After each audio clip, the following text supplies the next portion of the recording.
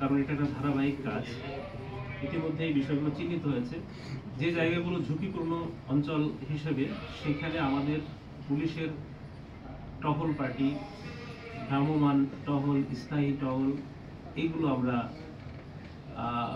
বা পুলিশিং যে আরও বিভিন্ন পদ্ধতি আছে সেই পদ্ধতিগুলো অ্যাপ্লাই করে সেই পরিস্থিতি যেন নিয়ন্ত্রণে থাকে, এই ব্যাপারে সর্বোচ্চ আমাদের প্রচেষ্টা থাকবে।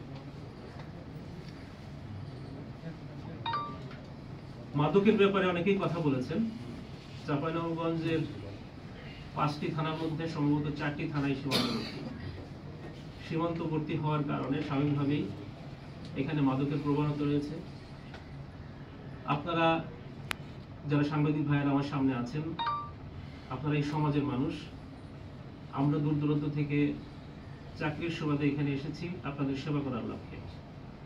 আমরা আমাদের সর্বোচ্চ সেবা দিতে চাই এবং এই সমাজটা যেন, চাঁপাইনবাবগঞ্জের মানুষ যেন শান্তিতে থাকতে পারে সেই লক্ষ্যে কাজ করতে চাই। সেখানে আপনাদের সহযোগিতা সবচেয়ে বেশি প্রয়োজন আমাদের পুলিশের জন্য।